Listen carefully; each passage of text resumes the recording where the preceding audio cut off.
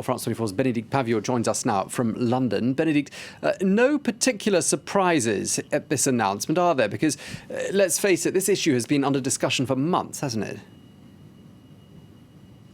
It's not a complete surprise, but it's a very serious UK government U-turn. This ban, which Huawei was fearing, but by all accounts appeared to be on the cards, certainly in the last few weeks, a possible rebellion within the Conservative Party, the governing Conservative Party, including a former Conservative Party leader, Ian Duncan-Smith, completely against Huawei having any involvement in the telecoms infrastructure in this country. That and a few other things, I think. Certainly the sanctions imposed by Washington are very much quoted by the UK government as the reason for this important ban and serious decision. So the firm, Washington says, poses a national security threat. Not true, says Huawei. They completely deny that is indeed the case. But the truth is, there are some other political considerations that have probably come into this difficult decision today. And that is one of the UK's desire to have a future trade deal with the US. Let's remember, we're in a transition period. The UK will end that transition period on the 31st of December of this year.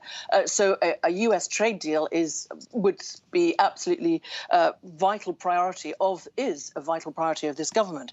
Also, of course, growing tensions with China, particularly over its handling not just of the coronavirus outbreak and how late it told other countries, but particularly its treatment over the years and particularly recently in Hong Kong. But the reason it comes as some surprise, if you cast your mind back to January, which is when the UK government last reviewed Huawei's role in telecommunications infrastructure here, it was decided actually to let the firm remain a supplier. But what the government had done, hedging a bit its bets, it introduced a cap on its market share. So clearly a very serious U-turn, and Huawei is not happy at all. Yeah, indeed. Huawei has expressed disappointment at this decision. Tell us a bit more about how the Chinese telecoms giant has reacted to this ruling.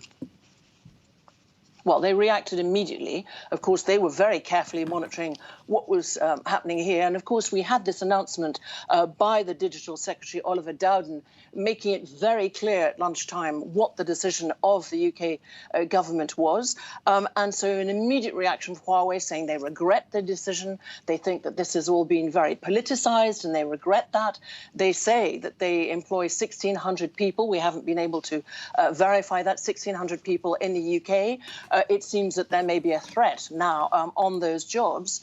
And Huawei say that, therefore, this is bad news for any UK mobile consumer because it will slow down things. Now, it's interesting that the Digital Secretary, Oliver Dowden, said that the cumulative cost, which is considerable, would be of £2 billion, amount to £2 billion, that the 5G rollout would be delayed by 2 to 3 years, which, of course, we know how we've all come to rely on Skypes and Zooms and other companies.